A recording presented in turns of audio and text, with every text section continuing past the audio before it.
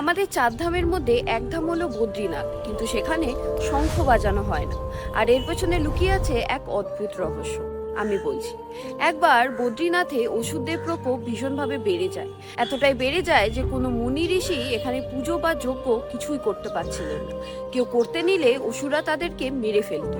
এতটা প্রকোপ সহ্য করতে না পেরে তখন ঋষি আগস্ত্যা মা ভবানীকে স্মরণ করেন। মা ভবানী তখন দেবী পুষ্কণ্ডা রূপে এসে সব অসুরদের মেরে ফেলেন।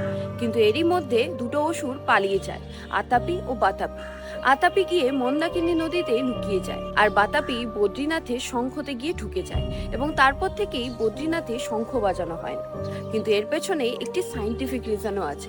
বদ্রীনাথ হিমাচলের খুবই উঁচুতে অবস্থিত, আর তাই সেখানে শঙ্খ বাজালে কম্পন সৃষ্টি হতে পারে, আর সেই কম্পন থেকে বরফের ধস নামতে পারে। সেই জন্যই এখানে শঙ্খ বাজানো এড়িয়ে চলা হয়।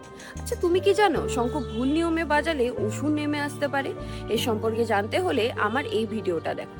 রাধে রাধে।